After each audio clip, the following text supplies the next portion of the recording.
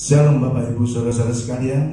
Shalom. Mari kita akan memulai ibadah pagi hari ini. Berikan senyum kanan kiri saudara pada pagi hari ini. Biarlah sukacita Tuhan ada dalam setiap hati kita pada hari ini. Ya, kamu di rumah maupun yang di sini, biarlah kita mau tetap menyembah Tuhan. Kita datang ke dalam hadirat Tuhan. Kita mau masuk dalam hadirat Tuhan. Terima kasih Bapa, terima kasih Roh Kudus. Inilah segenap hati kami Tuhan. Inilah kerinduan kami Tuhan. Kau nyatakan pertolongan-Mu dalam setiap kehidupan kami Bapa. Dari hari ke hari sampai saat ini Tuhan. Pertolongan-Mu itu begitu ajaib dalam setiap kehidupan kami Bapa. Kami mau datang dalam hadirat-Mu Bapa. Kami butuh keurapan-Mu Tuhan. Kami butuh kuasa yang mengubah dalam setiap kehidupan kami Bapa. Kami tak mampu berjalan sendiri Tuhan. Tanpa Engkau Tuhan di samping kami Bapa. Terima kasih Roh Kudus. Inilah hati kami Tuhan. Inilah kerinduan kami Tuhan. Kami datang mau menyembah-Mu Bapa. Terima kasih Tuhan. Sucikan dan kuduskan hati dan pikiran kami Tuhan. Layakkanlah kami untuk menghadap tata-Mu yang kudus pada pagi hari ini Tuhan. Urapilah dengan kuasa Bapa. Terima kasih Bapa. Terima kasih Roh Kudus. Kami serahkan ibadah pagi hari ini di dalam tangan-Mu Bapa. Terima kasih Yesus. Kami mau datang ke tata-Mu Tuhan. Kami mau bersujud menyembah-Mu Tuhan. Biarlah hidup dan hati kami tertuju kepada-Mu Bapa. Inilah segenap hati kami. Kami mau menyembah-Mu. Segenap jiwa kami ingin memuji-Mu Tuhan. Terima kasih.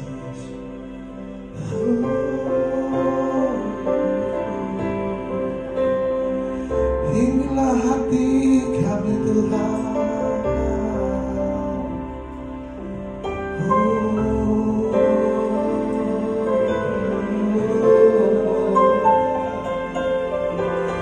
Syukur bagi-Mu Tuhan. Jamah setiap hati kami Tuhan. Jamah hati kami. Jamah pikiran kami Tuhan. Oh, haleluya.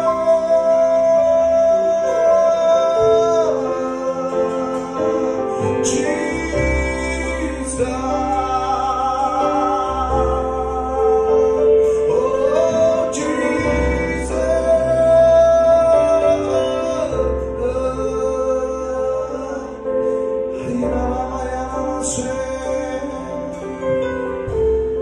Terima kasih Bapa. Inilah hati kami.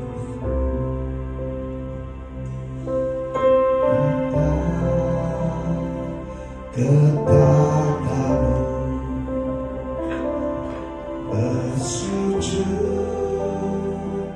menyembah-Mu. Biar hidup dan hatiku tertuju kepadamu.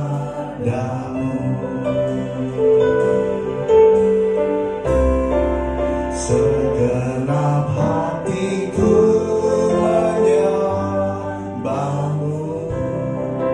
Segenap jiwaku memuji-Mu. Segenap kuatku meninggikan Yesus Kristus, Kau Tuhanku. Kumohon, terima kasih Bapa. Inilah ungkapan kami Tuhan. Kumohon anugerah-Mu. Hanya Kau kekuatanku. Biar ku tetap setia sampai akhir hidupku. Segenap hatiku menyembah-Mu. Segenap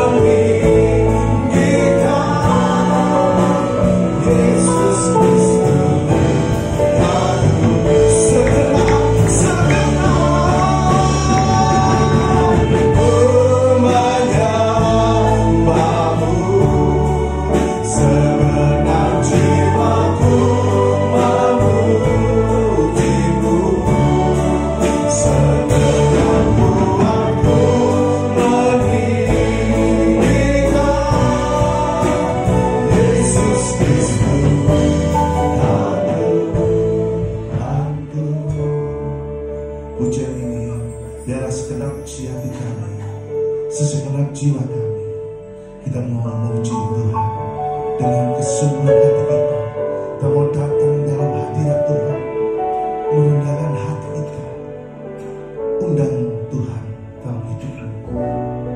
Dia selalu menyertai apapun persoalan pada saat ini, apapun yang kau hadapi. Tetap menyembah Dia, tetap memuji Dia. Berikan yang terbaik bagi Tuhan.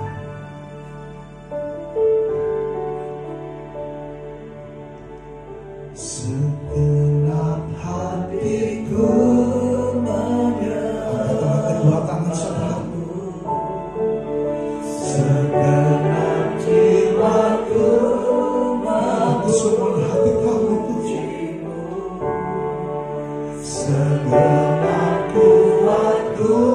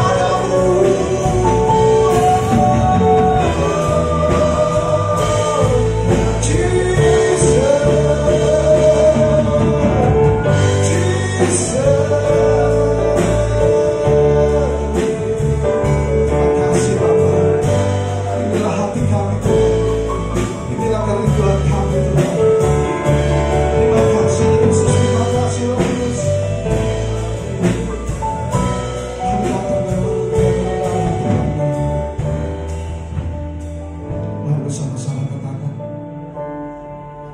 dengan katakan segala kebaikan Tuhan dalam hidup saudara.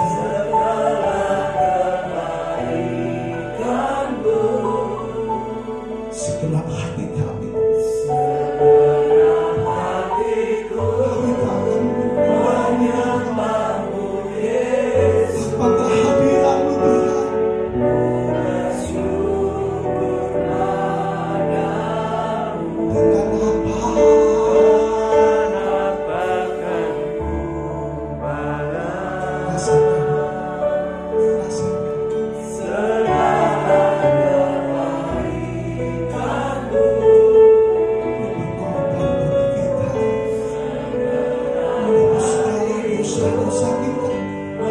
Dengan apa? Rasakan,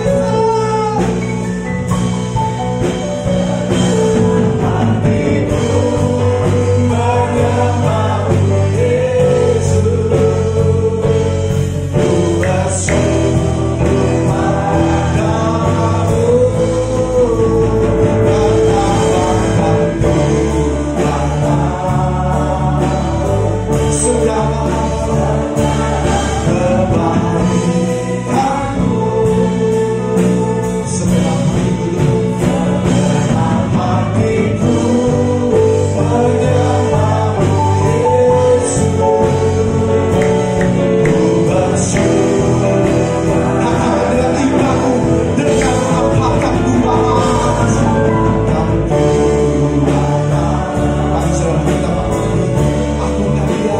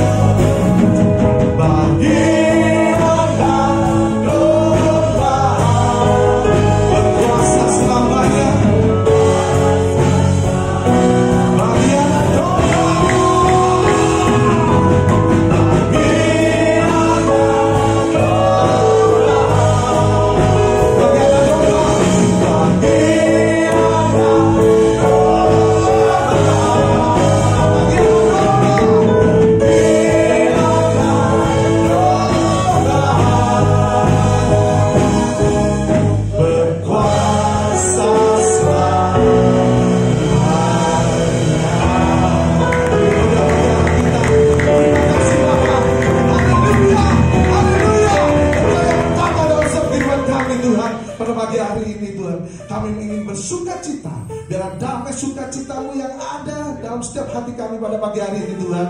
Yang sakit Tuhan sembuhkan, yang letih lesu Tuhan pulihkan pada pagi hari ini Tuhan. Kami percaya Tuhan, kuasa mujizat-Mu Kau nyatakan pada pagi hari ini Tuhan. Terima kasih Bapa, kami buka ibadah ini Allah Bapa, Allah Putra, dan Allah Roh Kudus yang percaya kepada Kau. Kalau banyak saudara ingin mengunjungi yang lain, lambaikan tangan saudara, berikan senyuman hati di saudara. Mari kita bersorak bagi Tuhan. Dia membukakan kita juga dalam setiap kehidupan kita. Haleluya.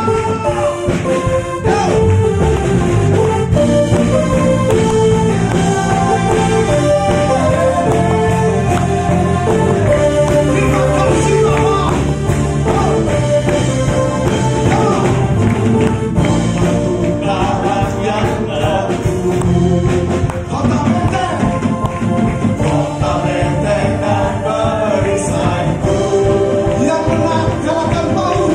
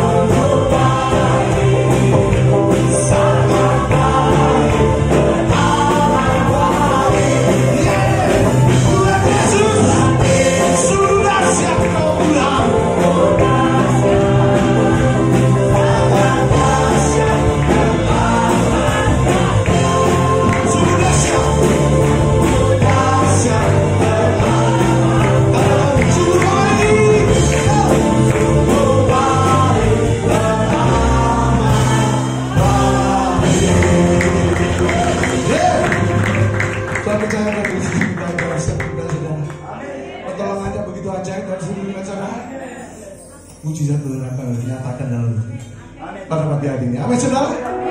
Silakan duduk, saudara.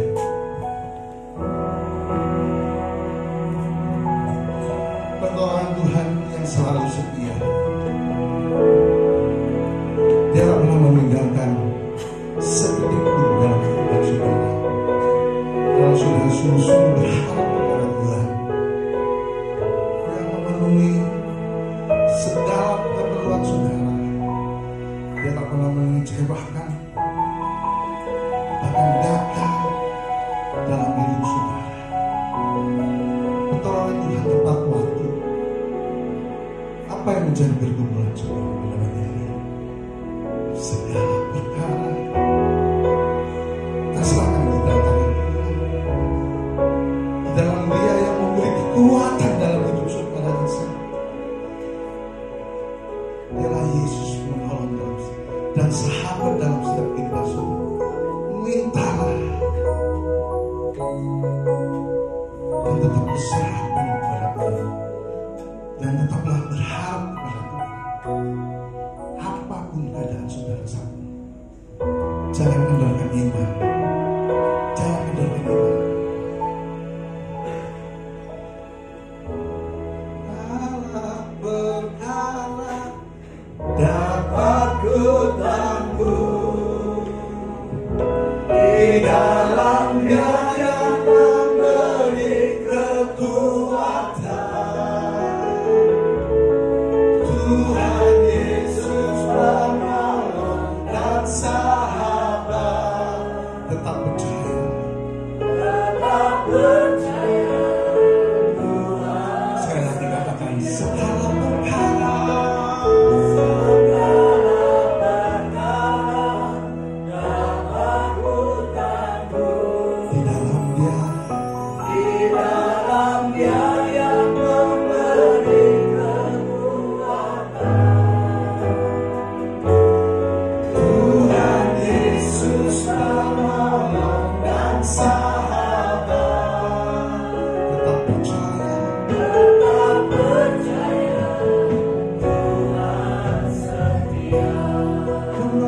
setia, hanya di dalam-Mu Tuhan. Penolong yang selalu setia, memenuhi keperluanku. Tak pernah Dia mengecewakan, Dia mengecewakan. Yesusku tak pernah gagal. Segala perkara dapat ku tanggung di dalam Dia. Dia yang memberi kekuatan. Tuhan Yesus penolong dan sahabat. Tetap percaya.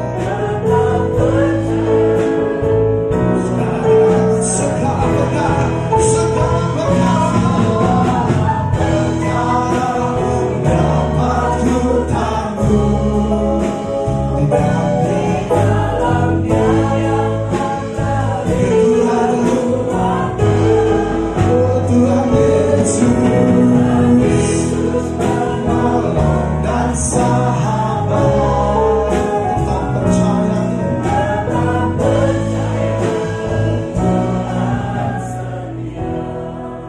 Pujian ini menguatkan dalam setiap kehidupan saudara. Baik apapun keadaan saudara yang saudara alami, kita tidak tahu, tapi Tuhan selalu menolong dalam setiap kehidupan saudara. Apapun keadaan saudara, kesulitan apapun, tetaplah percaya. Tuhan tidak pernah meninggalkan saudara. Dalam keadaan kita tergeletak, sakit pun Tuhan akan menolong. Kalau kita sungguh-sungguh berharap pada Tuhan, kita tetap berserah kepada Tuhan, apapun yang saudara minta, mujizat Tuhan akan dinyatakan dalam hidup saudara melalui dengan iman saudara. Jangan kita beribadah cuma kita datang ya seperti kumpul-kumpul setiap hari, tapi Tuhan mau saudara membuka hati saudara, buka pikiran saudara. Tuhan akan melawat pada pagi hari ini. Angkat kedua tangan saudara, bangkitlah berdiri, nyatakan dengan iman saudara. Segala perkara dapat ku tanggung di dalam Dia yang memberi kekuatan. Tuhan Yesus penolong dan sahabat. Tetaplah percaya.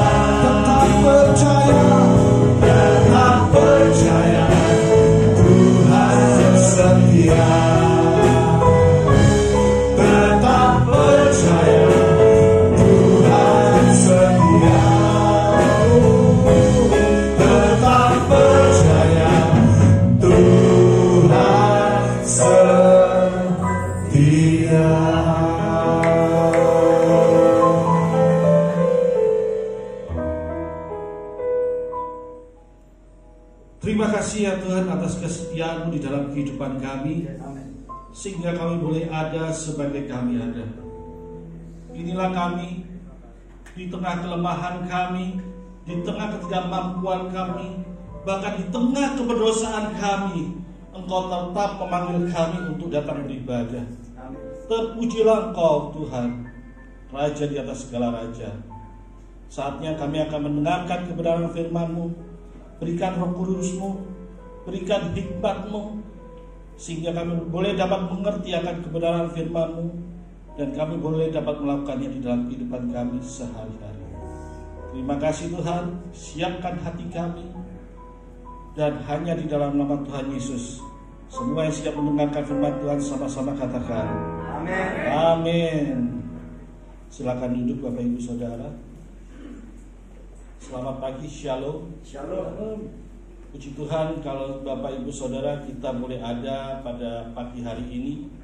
Kita boleh datang beribadah sekali lagi semua karena kasih setia Tuhan, karena kesetiaan Tuhan, hanya karena anugerahnya. Karena siapakah kita ini Bapak Ibu Saudara? Kita dipanggil loh. Bukan karena kekuatan kita, bukan karena gagah kita, bukan karena keinginan kita, sehingga kita bisa datang beribadah. Ibadah merupakan salah satu bentuk kesetiaan Tuhan di dalam kehidupan kita. Masih banyak orang-orang percaya yang gak bisa pergi untuk beribadah. Ada berbagai macam alasan, ada berbagai macam masalah, ada berbagai macam rintangan, sehingga untuk pergi beribadah gak mampu. Mungkin saat ini keadaan pandemi merupakan salah satu alasan untuk kita gak bisa pergi beribadah. Itu alasan yang kuat yang menghalangi orang percaya untuk pergi beribadah.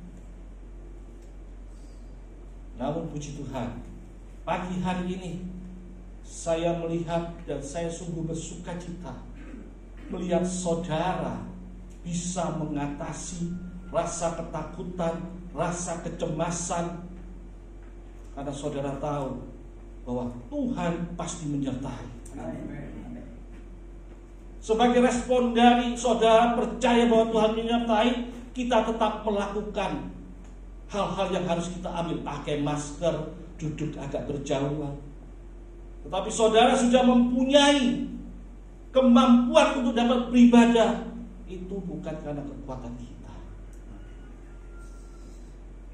Selain masalah pandemi, mungkin masalah sakit penyakit, mungkin masalah kendaraan, ataupun mungkin masalah gara-gara belum mendapat jawaban dari Tuhan, membuat kita malas pergi beribadah.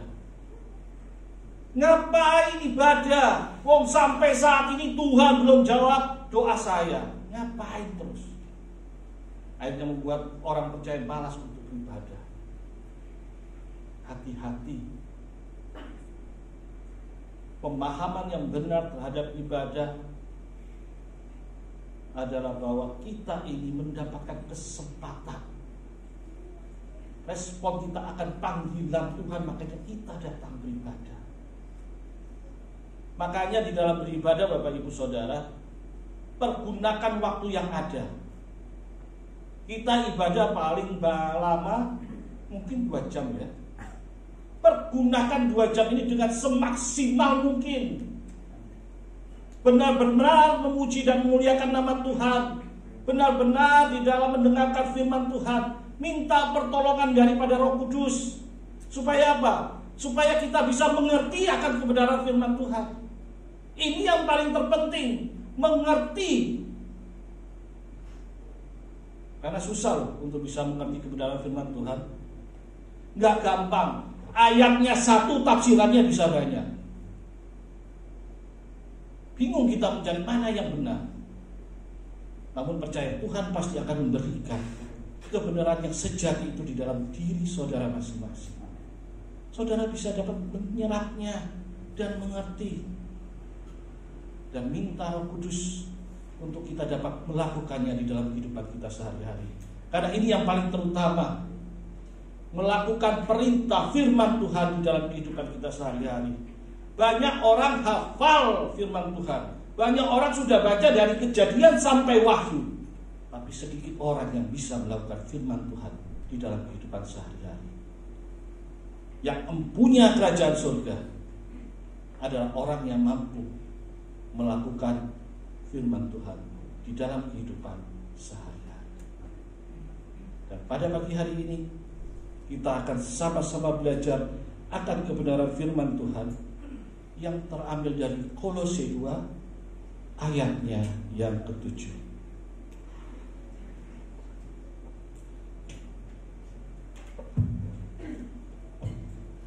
Kolose 2 ayatnya yang ke-7. Saya harap Bapak Ibu Saudara pasti sudah hafal ayat ini, bahkan sudah tahu ayat ini, karena ayat ini merupakan visi dari gereja kita. Kalau saudara toleh ke sebelah kanan, di situ sudah jelas sekali.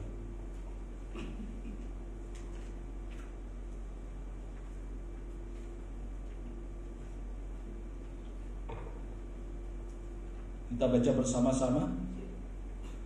1, 2, 3. Hendaklah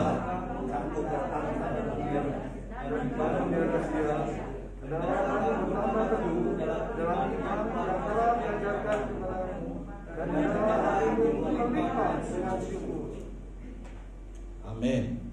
Hendaklah kamu berakar di dalam Dia dan dibangun di atas Dia. Hendaklah kamu bertambah teguh dalam iman yang telah diajarkan kepadamu, dan hendaklah hatimu melimpah dengan syukur. Visi gereja kita berakar, bertumbuh, dan berbuah bagi Kristus. Kolose 2 ayatnya yang ke-7. Ada satu hal yang menarik yang kita bisa pelajari dari surat Paulus kepada jemaat di Kolose. Surat kepada jemaat di Kolose ini sangat menarik, karena surat kepada jemaat di Kolose hampir sama dengan surat kepada jemaat di Efesus. Makanya antara Efesus dan Kolose hampir dikatakan surat yang kembar, karena isi dari surat itu hampir-hampir sama. Ini adalah sesuatu hal yang menarik, dan kita bisa melihat hal yang menarik lainnya di dalam dalam surat Kolose. Bagaimana Rasul Paulus memberikan suratnya kepada jemaat di Kolose untuk menegur, menasehati, dan menguatkan jemaat di sana. Memberikan pengertian kepada jemaat di sana. Walaupun Rasul Paulus ternyata tidak pernah sama sekali pergi ke Kolose, ke kota Kolose tidak pernah. Kolose dimenangkan oleh Timotius dan Epaphras. Namun perhatian Paulus kepada jemaat Kolose begitu besar, karena jemaat di Kolose adalah jemaat yang religius. Apa itu religius? Religius adalah jemaat-jemaat yang suka untuk belajar akan kebenaran, suka belajar akan firman Tuhan. Itu jemaat-jemaat di Kolose.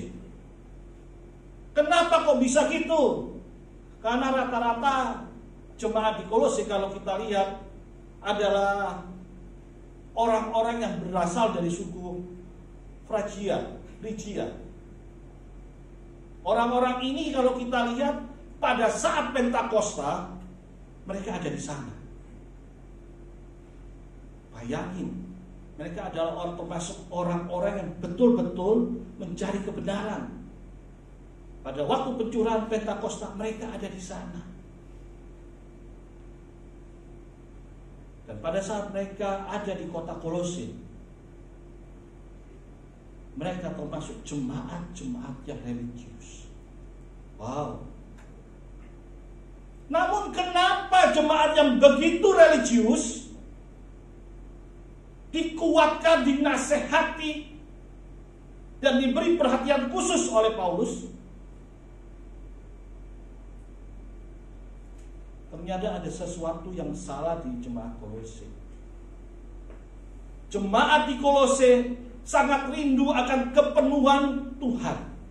Mereka rindu mencari Tuhan. Bukankah itu sesuatu yang baik? Sangat baik. Namun pada saat itu di Kolose timbul yang namanya para filsafat. Mereka masuk kepada jemaat-jemaat di Kolose. Hati yang religius, sikap yang religius ini dicemari oleh para filsafat ini. Apa sih filsafat itu? Filsafat berasal dari kata Yunani filosofia. Filsafat ini menekankan akan hikmah, akan kebijaksanaan. Philo dari kata cinta, sofia, kebijaksanaan. Bukankah ini hal yang baik?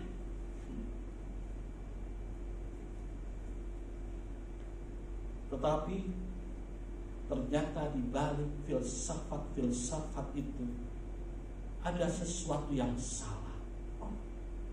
Filsafat menekankan akan yang namanya kebijaksanaan dari manusia, hikmat daripada manusia.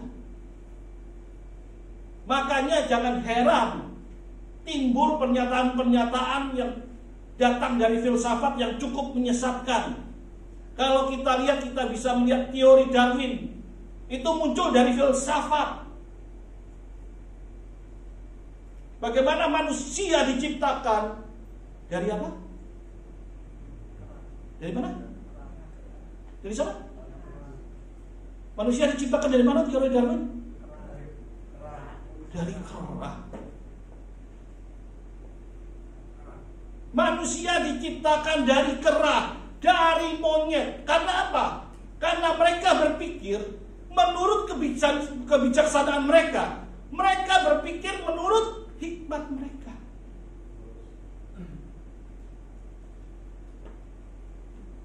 Salah satu filsafat yang terkenal, Descartes dari Prancis, mengatakan cogito ergo sum.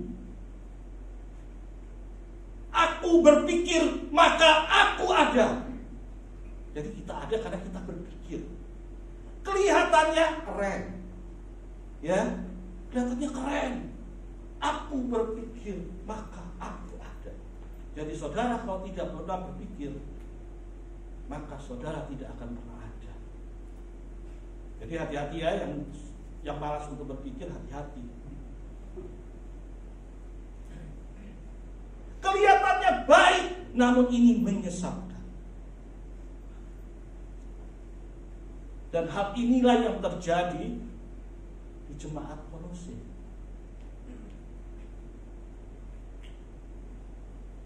Kerinduan untuk mencari kebenaran, kerinduan untuk mencari kepenuhan akan Tuhan, ternyata dimanfaatkan oleh hal-hal yang tidak baik. Makanya di ayatnya ketiga, di dalam Kolose 2 ayatnya ke-8 dikatakan, hati-hatilah supaya jangan ada yang menawan kamu dengan filsafatnya yang kosong dan palsu menurut ajaran turun-temurun dan roh-roh dunia, tetapi tidak menurut kepada Kristus.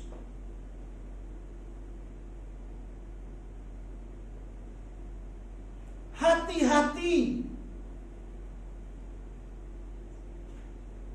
Suatu peringatan diberikan oleh Paulus kepada jemaat di Kolose.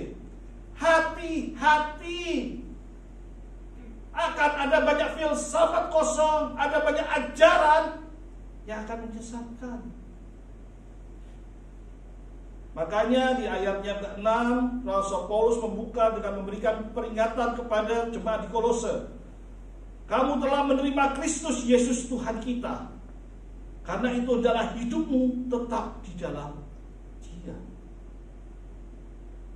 Jadi orang-orang yang terpengaruh adalah orang-orang yang sebenarnya sudah menerima Yesus. Orang yang sudah kenal Yesus. Orang yang sudah tahu Yesus. hebatnya filsafat-filsafat ini mempengaruhi kehidupan orang percaya di kota Kolose. Dan hal ini juga terjadi di kehidupan kita zaman sekarang ya Bapak Ibu Saudara. Saudara di sini hadir tentunya mempunyai kerinduan yang sama dengan jemaat-jemaat di Kolose. Kita semua rindu untuk mendapatkan yang namanya kepenuhan dari Tuhan. Kita ingin selalu dekat dengan Tuhan. Kita ingin selalu mencari kebenaran akan Tuhan. Namun sama seperti juga kejadian di kota Kolose zaman sekarang, ada banyak filsafat, ada banyak pengajaran-pengajaran yang kadang-kadang membuat saudara dan saya bingung. Satu ngomong begini, satu ngomong begitu, yang satunya berkata begini. Makanya jangan kaget kalau lihat di YouTube banyak sekali para hamba Tuhan saling memamerkan ilmu, saling memamerkan kepandaian tanpa memberikan solusi. Hanya saling menyerang satu dengan yang lain. Hati-hati. Namun Rasul Paulus memberikan juga jalan keluar pada saat itu kepada jemaat di Kolose. Makanya ayatnya ke-7 diberikan kepada jemaat di Kolose. Hendaklah kamu berakar di dalam Dia dan dibangun di atas Dia. Hendaklah kamu bertambah teguh dalam iman yang telah diajarkan kepadamu, dan hendaklah hatimu melimpah dengan syukur. Ayat ini diberikan untuk supaya jemaat di Kolose bisa menangkal, bisa menghadapi segala macam penyimpangan filsafat-filsafat yang ada. Dan hal ini juga yang harus kita lakukan sebagai umat percaya. Jangan sampai kerinduan kita dipakai oleh para orang yang tidak bertanggung jawab. Untuk itu ada 3 hal Bapak Ibu Saudara yang harus kita lakukan. Yang pertama, hendaklah kamu berakar di dalam Dia dan dibangun di atas Dia. Hendaklah, kata hendaklah ini berarti seharusnya, sepatutnya. Seharusnya kita berakar di dalam Dia. Apakah saat ini saudara dan saya sudah berakar di dalam Dia?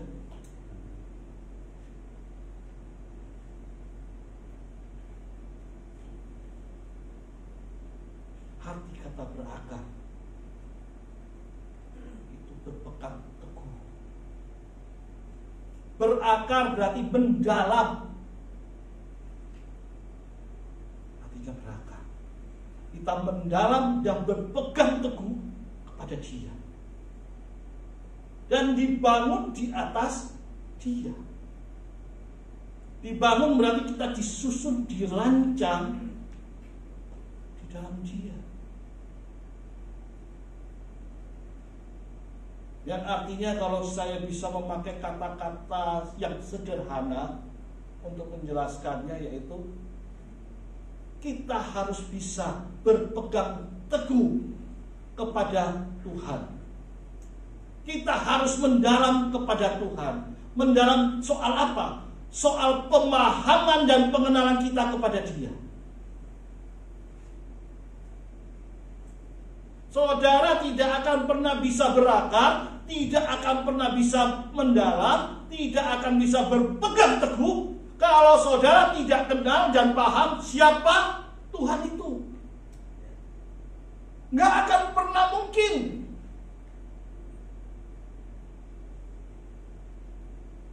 Nggak akan pernah mungkin saudara percaya mendalam kepada Bapak Gembala kalau saudara nggak kenal, kalau saudara nggak paham akan Bapak Gembala.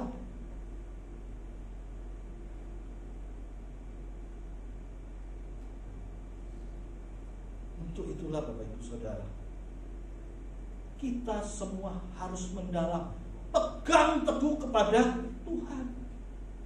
Dengan cara kita mengenal dan memahami siapa Tuhan kita. Banyak orang tahu, bahkan seluruh dunia tahu bahwa Yesus adalah Tuhan. Siapa yang gak tahu? Satu dunia tahu. Tetapi yang kenal dan paham Yesus adalah Tuhan hanya sedikit. Bahkan orang-orang yang mengaku sebagai orang Kristen, orang percaya, seringkali tidak kenal dan tidak paham siapa Yesus itu. Kenapa mereka tidak kenal dan tidak paham? Padahal mereka mencari-cari akan kebenaran. Hal yang menarik Bapak Ibu Saudara, kalau kita lihat di dalam Efesus 4 ayatnya ke-14.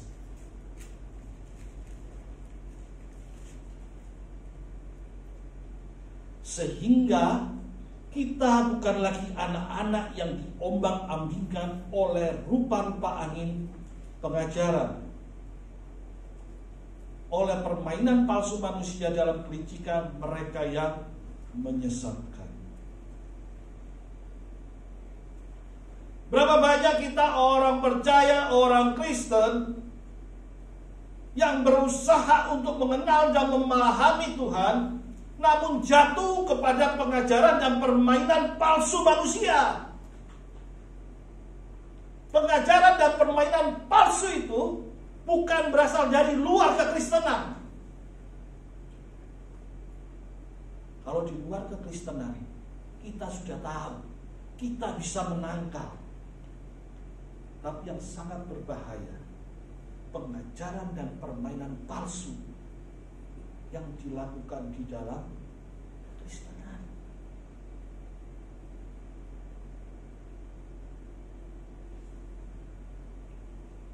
Apakah ada, Pak? Banyak.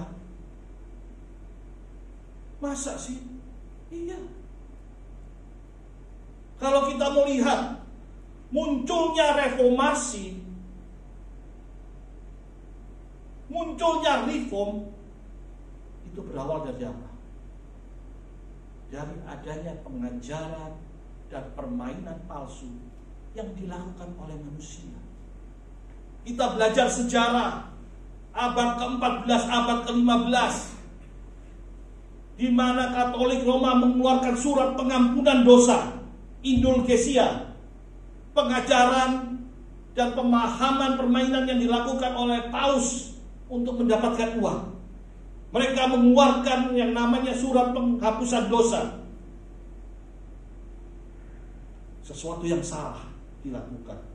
Namun puji Tuhannya pada saat itu Tuhan memampukan memunculkan bapak-bapak reformasi.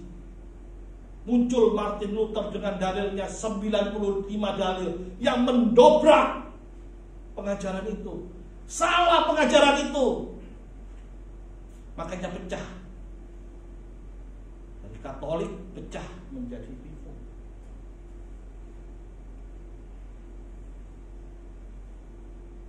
Dan Reform terus berkembang, memunculkan reformasi-reformasi juga yang lebih baru. Namun pada saat ini, bagaimana gereja di saat kita melihat ada sesuatu pengajaran yang salah? Apakah kita bisa berbuat seperti Martin Luther? Seperti John Calvin? Kita buka suatu pengajaran baru? Nggak bisa, Bapak Ibu Saudara. Hal yang paling bisa dilakukan saat ini, saat saudara melihat ada ketidakberesan di dalam pengajaran, adalah saudara pindah gereja, Pak. Iya kan? Reformasinya apa? Pindah gereja. Begitu di satu gereja ini melihat ada yang benar, pindah lagi. Melihat ada yang benar, pindah lagi.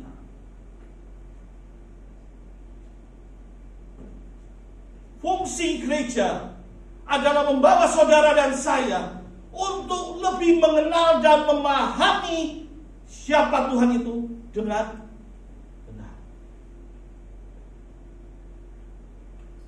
Dan saya yakin dan percaya saudara tertanam di sini, saudara berjemaat di sini bukan suatu kebetulan. Ada yang rumahnya mungkin di jauh sana di barat, ada mungkin di Sidoarjo, ada yang mungkin di daerah mana, datang ke sini untuk beribadah. Kalau dipikir secara akal sehat, ngapain jauh-jauh? Emang kurang gereja? Iya kan?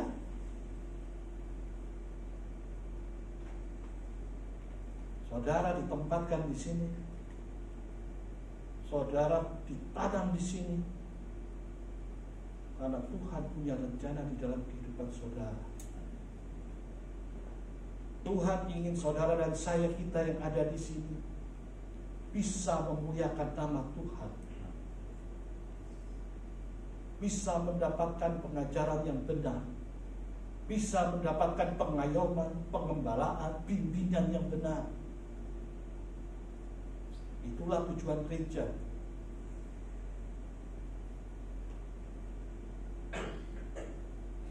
Dan kita boleh bersuka cita bahwa nanti sore, Bapak Ibu Saudara, gereja kita akan ditapiskan. Kita bukan bicara soal sinode. Pentabisan ini bukan bicara kita ganti sinode, bukan. Pentabisan ini berbicara bagaimana Tuhan ingin memakai gereja ini untuk memuliakan namanya. Untuk itu dukung dalam doa gereja ini, dukung juga para hamba Tuhan yang akan ditapiskan pada sore hari ini. Biarlah lewat gereja ini, lewat hamba-hamba Tuhan ini, saudara diajak untuk lebih mengenal dan memahami siapa Tuhan kita dengan baik dan benar. Bukan hanya baik tetapi benar. Banyak yang mengajarkan kebaikan tentang Tuhan, tetapi lupa mengajarkan kebenaran. Kalau bicara soal kebaikan, semua pasti baik. Belum tentu hal yang baik merupakan hal kebenaran. Tetapi bicara kebenaran pasti akan membawa kebaikan.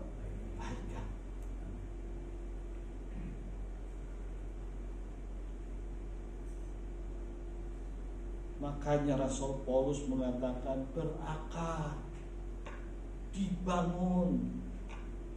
Rasul Paulus kalau menuliskan suratnya selalu suka memakai kata-kata puisi ya. Banyak sekali memakai contoh-contoh kata, memakai ilustrasi-ilustrasi.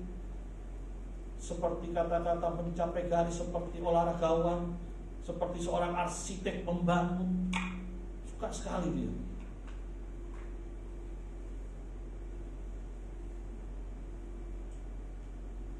Firman Tuhan mengatakan, kalau kita mau berusaha, kita harus bisa mengenal dan memahami Tuhan kita. Bukan katanya orang. Berapa banyak kita sekarang berusaha mengenal Tuhan dengan katanya orang. Jangan. Bangun hubungan sendiri, bangun pemahaman sendiri. Belajar sendiri. Cari tahu kebenaran. Jangan sampai kita disusupi oleh pengajaran-pengajaran yang tidak benar. Itu yang pertama. Seharusnya kamu berakar di dalam Dia dan dibangun di atas Dia. Yang kedua, hendaklah kamu bertambah teguh dalam iman yang telah diajarkan kepadamu. Hendaklah kamu teguh dalam iman yang telah diajarkan kepadamu. Di saat kita berproses mengenal dan memahami Tuhan dengan baik dan benar, bukan berarti kita lepas dari segala macam masalah, lepas dari segala macam kesulitan, lepas dari segala macam kesengsaraan atau penderitaan. Saat kita berproses, penderitaan itu tetap ada, masalah tetap ada. Sehingga dikatakan, hendaklah kamu bertambah teguh dalam iman.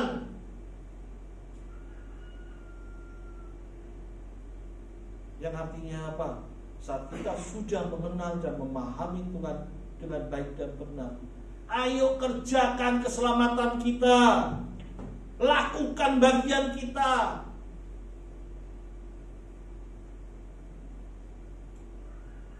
Jangan kita berharap saat kita sudah belajar, kita sudah berusaha untuk mengenal dan memahami Tuhan, maka semuanya akan baik-baik saja.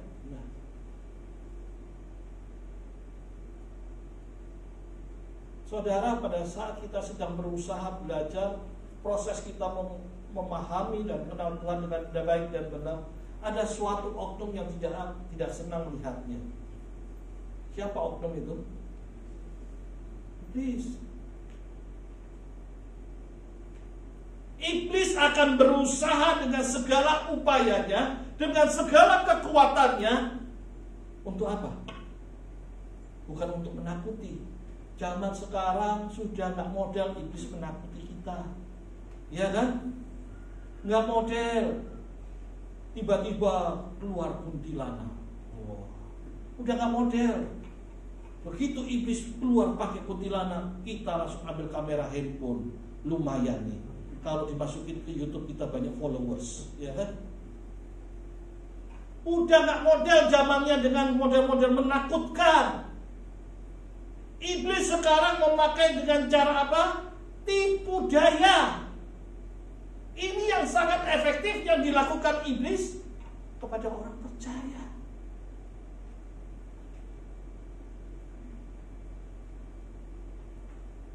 Menipu orang percaya, memutarbalikkan pemikiran. Dan satu hal yang sekarang kita lihat, yang sedang gencar-gencarnya iblis lakukan, yaitu iblis menyerang kepada para gembala-gembala gereja. Hal paling mudah buat iblis. Karena apa? Begitu gembala jatuh, begitu gembala salah, pengikutnya akan salah semua. Makanya jangan heran kalau kita lihat sekarang banyak sekali gembala-gembala besar yang mulai aneh-aneh, yang mulai berjatuhan. Mungkin karena pengajarannya, mungkin karena kelakuannya, mungkin karena perkataannya, mungkin karena sikapnya. Berjatuhan. Paling mudah iblis bekerja kepada kepala-kepala. Berapa banyak orang yang mengalami kepahitan gara-gara melihat sikap daripada gembala? Berapa banyak? Kalau kita mau jujur, pada saat sebuah gereja mengalami suatu masalah, berapa banyak orang yang keluar dari gereja itu? Para pekerjanya, para jemaatnya. Ada suatu gereja yang cukup besar, saat gembalanya mengalami suatu masalah, dihukum di dalam penjara, sekitar 40% jemaatnya maupun pekerjanya keluar semua. 40% ini kemana mereka? Iya, kalau masuk gereja lain, ada yang kepahitan, ada yang merasa ditipu, ada yang merasa dikecewakan. Untuk itu Bapak Ibu Saudara, kita dukung gembala kita. Kita jaga gembala kita. Bagaimana kita mendukung gembala kita? Bagaimana caranya? Ada yang tahu bagaimana cara mendukung gembala? Apa kita panggil, kita dukung? Bawa dalam doa setiap hari. Kita doakan terus menerus, jangan pernah putus. Dukung, doakan gembala kita. Doakan istri, anak, cucunya. Minta supaya gembala kita diberikan hikmat, kekuatan, umur panjang, kesehatan. Sehingga apa? Sehingga kita semua bisa diberikan namanya pengajaran yang benar, bisa dibimbing, bisa diayomi. Sehingga kita bisa melihat lewat gembala kita, nama Tuhan dipermuliakan.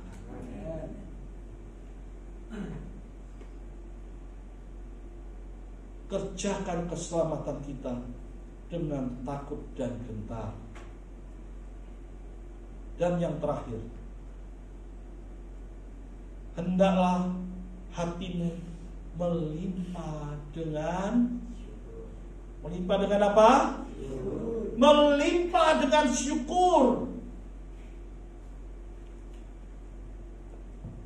Apa itu bersyukur? Bersyukur adalah suatu perbuatan yang bertujuan untuk berterima kasih atas kedaulatan, atas kasih dan pertolongan Tuhan. Suatu perbuatan. Bersyukur itu adalah tindakan yang kita lakukan. Untuk apa? Untuk ucapan terima kasih. Terima kasih atas kedaulatan Tuhan di dalam hidup kita. Terima kasih atas apa? Atas kasih Tuhan di dalam hidup kita. Terima kasih untuk apa? Atas pertolongan yang Tuhan berikan, atas kesetiaannya, atas anugerahnya di dalam hidup kita.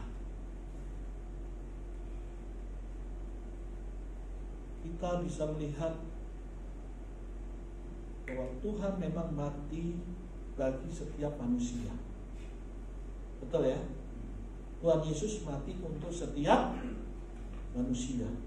Namun lihat, tidak semua manusia bisa mengerti akan kasih Yesus.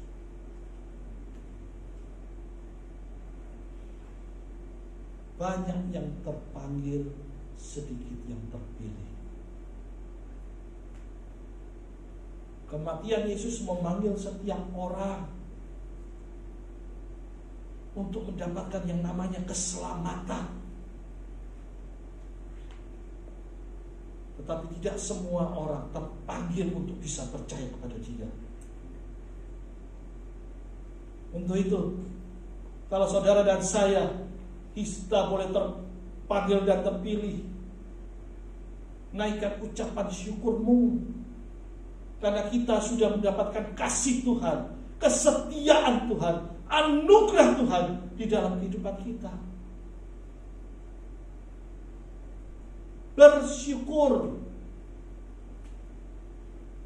gampang diucapkan, susah untuk dilakukan. Gampang di atas ngomong bersyukur, gampang. Coba lakukan di dalam kehidupan kita saat ini. Bisakah kita bersyukur di tengah-tengah keadaan dan situasi yang tidak menentu? Bisakah? Makanya Rasul Paulus mengatakan, hendaklah hatimu melimpah dengan syukur. Firman Tuhan mengatakan, bersyukurlah dalam segala hal. Bersyukur adalah tanda kita mengakui kebesaran Tuhan. Bersyukur adalah tanda kita mengakui bahwa Tuhan berdaulat atas hidup kita. Makanya Rasul Paulus mengatakan, bersyukur. Saat saudara dan saya bisa bersyukur, itu tandanya kita sudah mengenal dan memahami dengan baik dan benar siapa Tuhan kita. Karena apa? Karena kita tahu apa yang Tuhan perbuat di dalam kehidupan kita, pastilah yang terbaik. Apapun situasi dan kondisi yang kita hadapi, pasti Tuhan ada di sana. Apapun yang masalah yang sedang kita rasakan, Tuhan akan bekerja di dalam segala sesuatu untuk mendatangkan kebaikan. Kebaikan bukan buat Tuhan, tetapi buat kita yang mengasihi Dia. Makanya bersyukur ini adalah sesuatu hal yang paling penting untuk kita dapat menghalau segala pengajaran-pengajaran yang tidak benar. Kenapa bisa menghalau pengajaran yang tidak benar? Karena pengajaran-pengajaran yang tidak benar biasanya hanya memberikan apa itu PHP? Pengharapan palsu.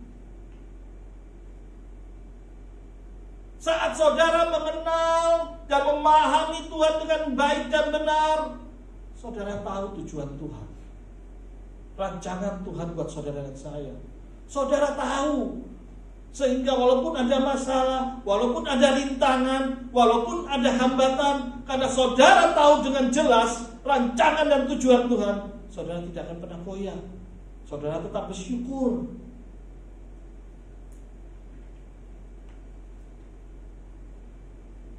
Makanya Rasul Paulus mengatakan bersyukur.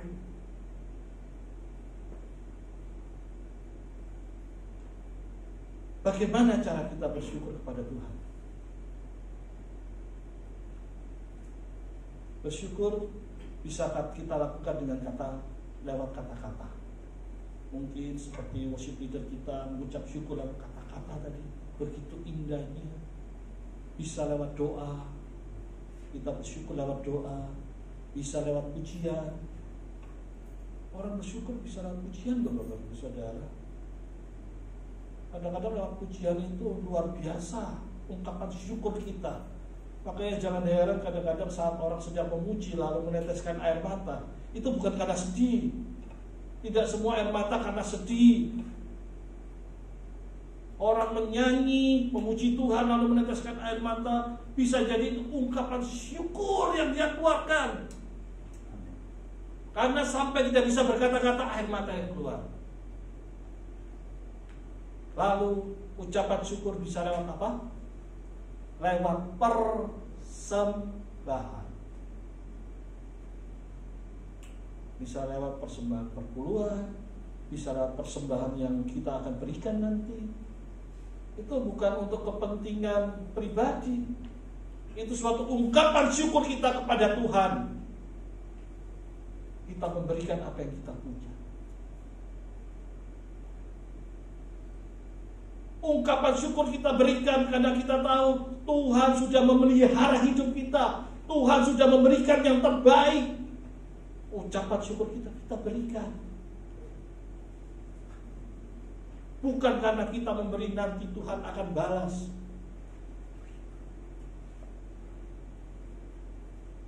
Kalau kita memberi karena nanti Tuhan akan balas, saya juga mau. Tinggal dilipat aja kan. Kasih 100, Tuhan balas 20, udah berapa? Wih. Tetapi pada saat saudara memberi dengan penuh rasa syukur, itu bukan berbicara soal jumlah, bukan berbicara soal nilai, tapi bagaimana saudara memberi dengan penuh damai sejahtera, dengan penuh sukacita.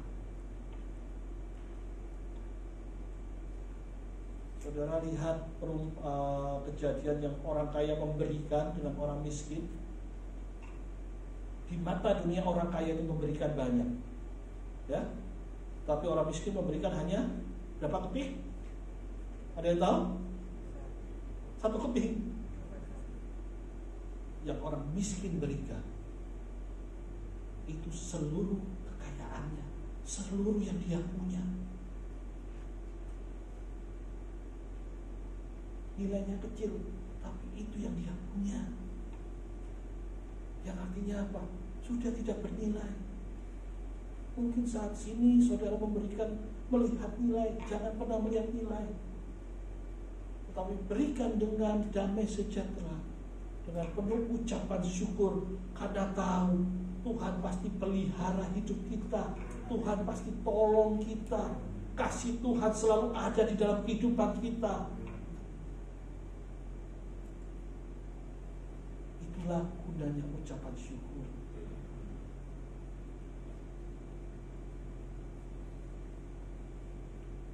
Dan pada hari ini Bapak Ibu Saudara,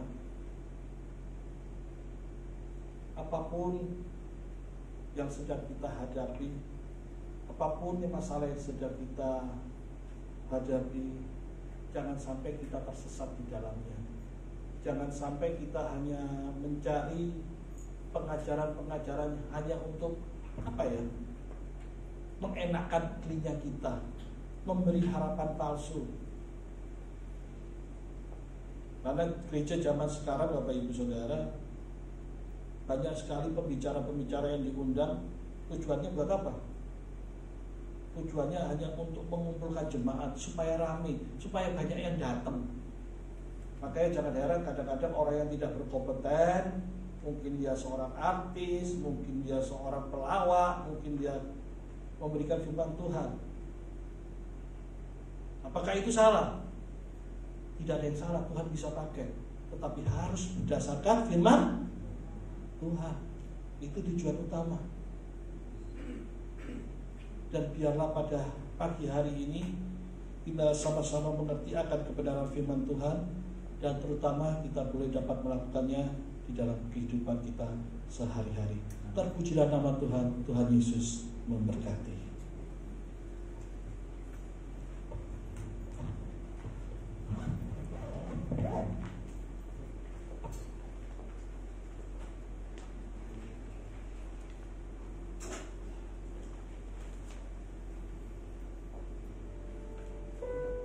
Kita angkat sebuah pujian.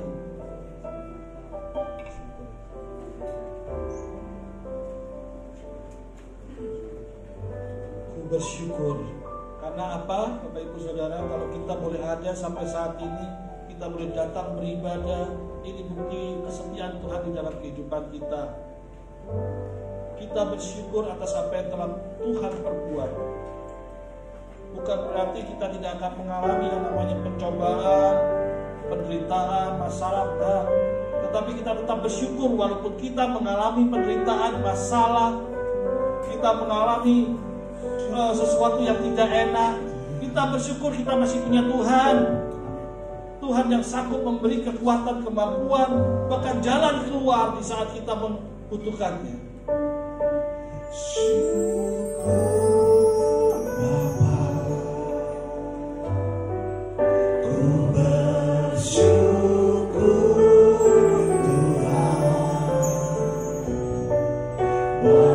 Kasih setiamu di dalam hidupku, ku bersyukur.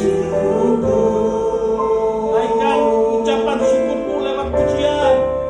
Ku bersyukur Bapa, ku bersyukur Tuhan, buat kasih setiamu di dalam hidupku. Ku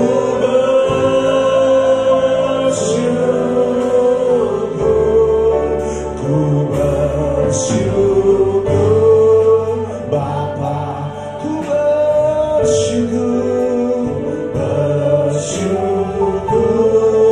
Tuhan, buat kasih setiamu di dalam hidupku. Ku bersyukur.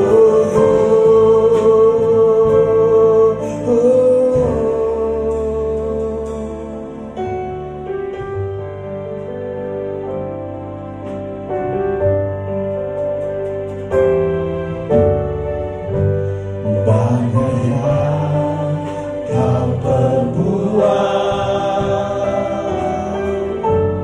di dalam hidupku. Rancangan indahmu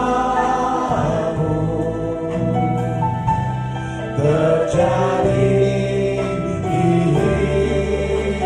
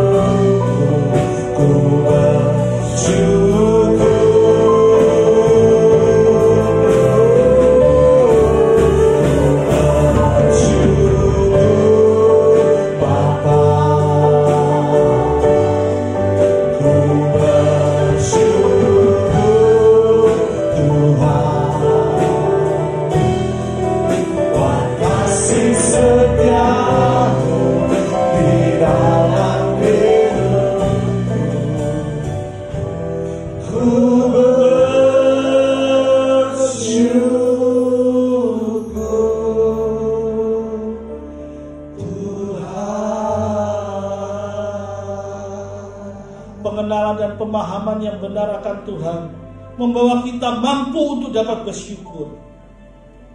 Apapun yang sedang kau hadapi pada hari ini, pada pagi hari ini, mungkin membuat imanmu sedikit goyah. Tetapi lewat pengenalan dan pemahaman yang benar, naikkan ucapan syukurmu kepada Tuhan.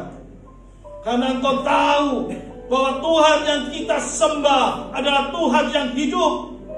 Dia mampu memberikan kekuatan, mampu memberikan jalan keluar, bahkan mampu memberikan pertolongannya. Rencana yang Dia berikan di dalam kehidupan kita adalah rancangan yang sempurna, penyertaan yang sempurna. Sehingga wajib bagi kita untuk selalu menaikkan ucapan syukur. Jangan takut akan masalah ekonomimu. Jangan pernah takut akan masalah kesehatanmu. Jangan pernah takut dengan masalah keluargamu.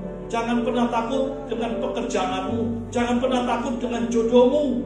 Naikkan ucapan syukur. Karena kita tahu Tuhan pasti menyediakan yang kita perlukan. Tuhan tahu apa yang menjadi kebutuhan kita. Dan Tuhan pasti berikan tepat pada waktunya, menurut waktunya. Apa yang Tuhan pandang baik pasti benar bagi kita. Untuk itu naikkan ucapan syukurmu, naikkan lewat doa-doamu, naikkan ucapan syukurmu lewat kata-katamu, naikkan ucapan syukurmu lewat pujianmu, naikkan ucapan syukurmu dengan pemberianmu. Dan biarlah ucapan syukurmu itu dapat memberikan suatu damai sejahtera dan sukacita di dalam kehidupan kita masing-masing. Terima kasih ya Tuhan atas kebenaran firman-Mu. Mampukan kami untuk selalu bersyukur. Mampukan kami untuk lebih dapat mengenal dan memahami Engkau. Terima kasih ya Tuhan. Dan hanya di dalam nama Tuhan Yesus kami sudah berdoa. Amin. Ku bersyukur Tuhan buat kasih setia-Mu di dalam hidupku. Ku bersyukur. Katakan lagi Bang Saudara. Ku bersyukur. Bersyukur Bapa. Ku bersyukur Tuhan.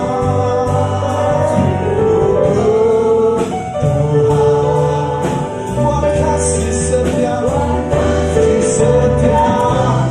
di dalam hidupku.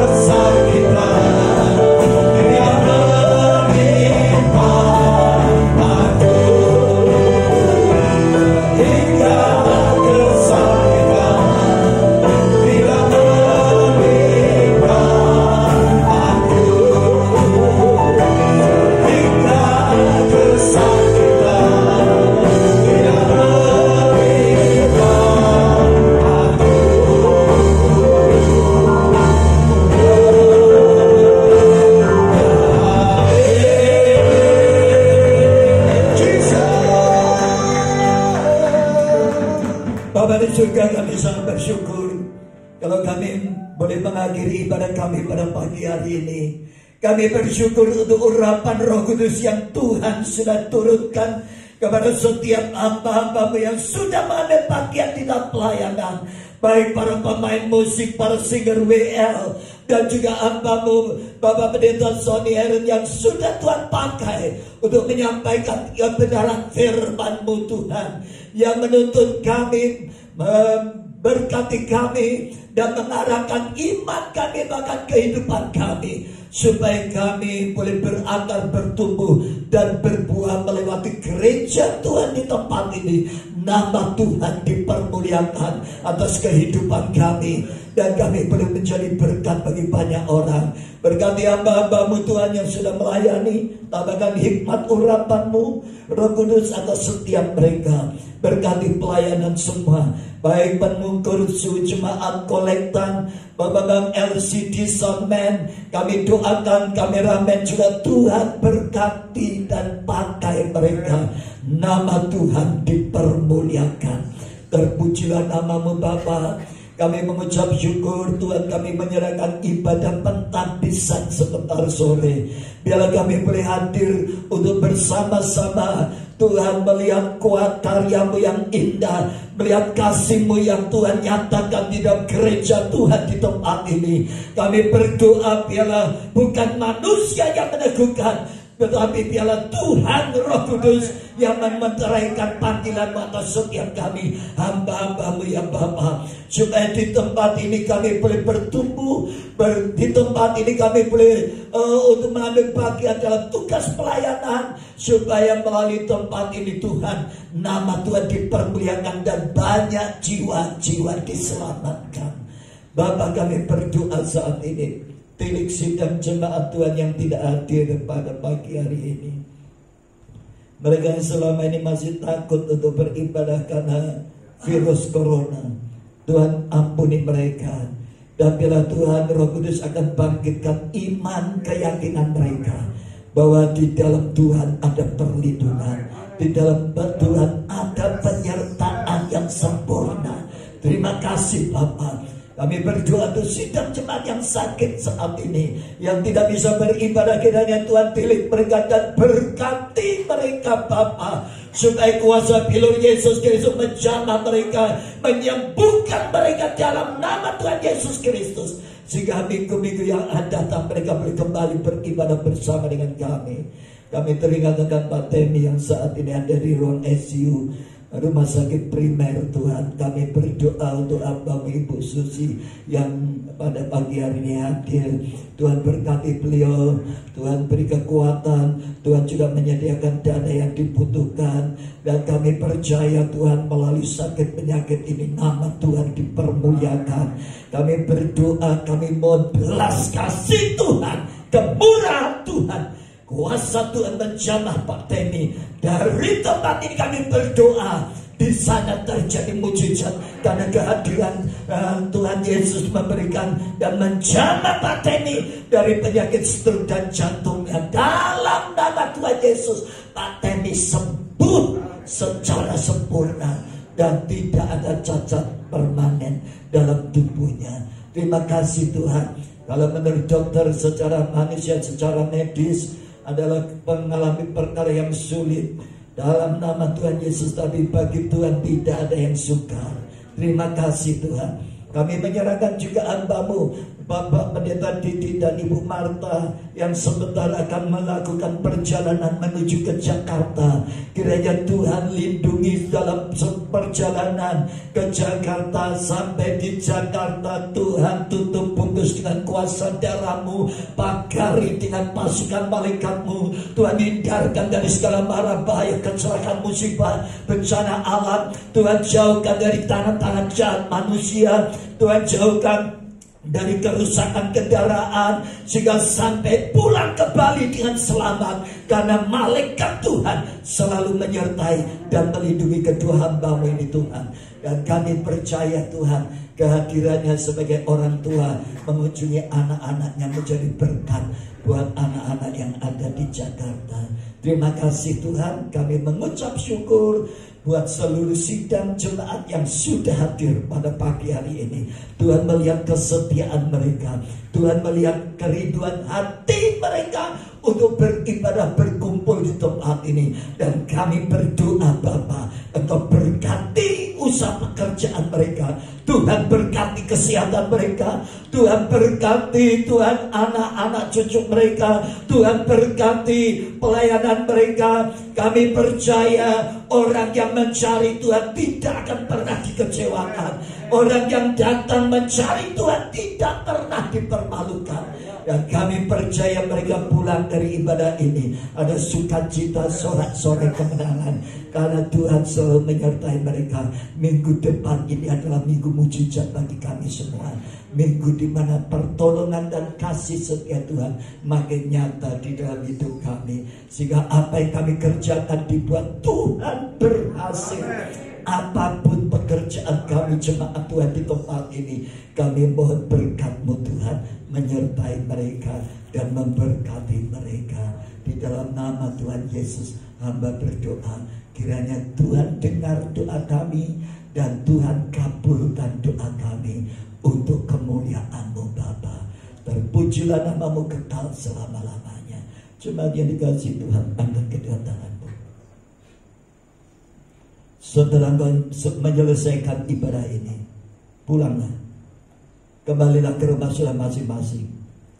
Terimalah berkat anugerah damai sejahtera yang daripada Allah Bapa di surga, kasih di dalam Tuhan kita Yesus Kristus, serta persekutuan dengan Allah Roh Kudus menyertai perjalanan hidupmu, memberikan kekuatan di kala kau lemah, memberikan penghiburan di kala kau sedih, memberikan kesembuhan di kala kau sakit, memberkati engkau di kala kau kekurangan, dan memberikan jalan keluar dalam setiap persoalan, pergumulan, masalah yang engkau hadapi. Karena sesungguhnya kasih setia Tuhan tidak akan pernah meninggalkan engkau, mulai hari ini sampai Maranatha, bahkan sampai kekal selama-lamanya.